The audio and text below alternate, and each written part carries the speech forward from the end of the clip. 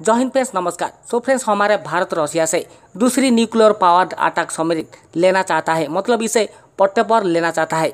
तो फ्रेंड्स, यहाँ पर हमें यह दूसरी परमाणु शक्ति संपन्न हमलावर पनडुब्बी पट्टे पर लेना क्यों चाहिए? यहाँ पर हमारे नाval फोर्सेस क्यों चाहता है एक second nuclear powered attack submarine? जी हाँ फ्रेंड्स, रूसी राष्ट्रपति व्लादिमीर पुतिन इसी साल के अंत में महामारी की शुरुआत की बाद से प्रधानमंत्री नरेंद्र मोदी के साथ अपनी पहली व्यक्तिगत शिखर बैठक के लिए न्यू दिल्ली की यात्रा करने के लिए तैयार है। दोनों देश करीबी रणनीतिक साझेदार है और उनके बीच एक सपन 3 बिग डिफेंस पार्टनरशिप है। भारत ने रूस के साथ $15 अरब करीब 1.09 लाख करोड़ रुपए अधिक के रक्षा सौदे पर हस्ताक्षर किए हैं या बातचीत कर रहे हैं। सौदे में लंबी दूरी की मिसाइल से लेकर यहां पर आसल्स राइफलों तक अपने सशस्त्र बलों के आधुनिकीकरण के लिए फ्रंटलाइन इक्विपमेंट शामिल रहेंगे। लेकिन यह भारत द्वारा एक दूसरी nuclear powered attack submarine SSN को पट्टे पर देने की संभावना है, जिसके लिए दोनों पक्षों ने चर्चा शुरू कर दिए हैं।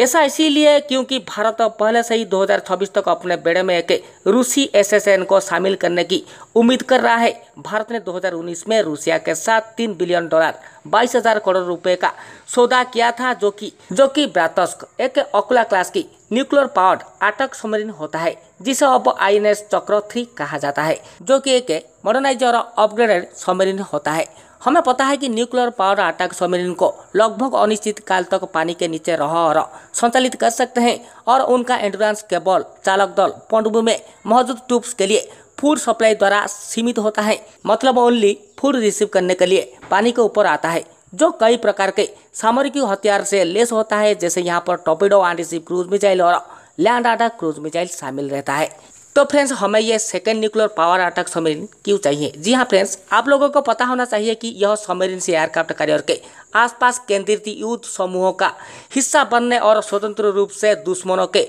पानी में पावर शक्ति का इंडिपेंडेंटली प्रोजेक्टिंग करने और बैलिस्टिक मिसाइल पनडुब्बियों SSBN के लिए एस्कॉर्ट ड्यूटी करने में सक्षम है। और हाल ही में तो INS विक्रांत सी ट्रायल में उतरा है और अगले साल के अंत में नौसेना में शामिल हो सकता है, मतलब शामिल हो जाएगा।